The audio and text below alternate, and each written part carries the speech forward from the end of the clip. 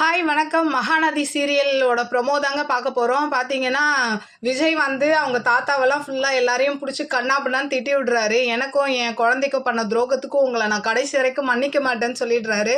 சொல்லிட்டு பாப்பாவும் என்ன சொல்கிறாங்கன்னா, அப்பா இன்னைக்கு எனக்கு ஸ்கூலில் இருக்கவே பிடிக்கல, ஏன்னா எங்கள் மிஸ்ஸு வரலன்ற மாதிரி சொல்கிறாங்க. அப்போ அதுக்கு விஜய் சொல்கிறாரு, நீ ஏமா அவங்க என்றைக்குமே உன்னை விட்டு போவே மாட்டாங்க அப்படின்ற மாதிரி சொல்லிட்டு போய் 5 வருஷம் கழிச்சுங்க. 5 வருஷம் கழிச்சு இப்போ போய் அவர் போய் காவேரியை பார்க்குறாரு. காவேரி அவங்க அம்மாவும் ஊருக்கு போயிட்டு வந்து ஆட்டோவில் இறங்குறாங்க. இவர் அப்படியே நின்று பார்க்குறாரு. அப்படியே இன்றைக்கான ப்ரோமோ முடியுது. இதுக்கப்புறம் சீரியல் பார்த்திங்கன்னா ரொம்ப சூப்பராக போகும், ரொம்ப எக்ஸைட்டாக போகும்னு நான் நினைக்கிறேன். ஏன்னா இதுக்கப்புறம் வந்து அவர் உண்மையை சொல்ல போகிறது இல்லை. ஏன்னா அவங்க அம்மா கிட்ட வந்து இவங்க அப்படி சப்போஸ் பார்த்தா கூட விஜய் போய் நிற்கிறாருன்னு வச்சுக்கோ, அவங்க அம்மாவுக்கு தான் வந்து அதிர்ச்சியாக இருக்கும். அப்போ விஜய் வந்து உயிரோடு தான் இருக்காருன்ற மாதிரி. ஆனால் காவேரி வந்து அவங்க வந்து அந்த பாப்பாவோட அப்பாவாக தான் அவங்க பார்ப்பாங்க.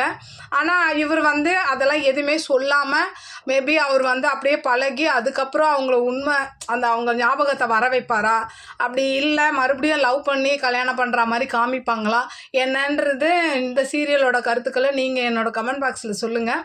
பார்க்கலாம். தாத்தாவை விஜய் மன்னிப்பாரா இல்லை மன்னிக்காமல் போயிடுவாரா அப்படின்றதையும் என்னோட கமெண்ட் பாக்ஸில் வந்து நீங்கள் சொல்லுங்கள்.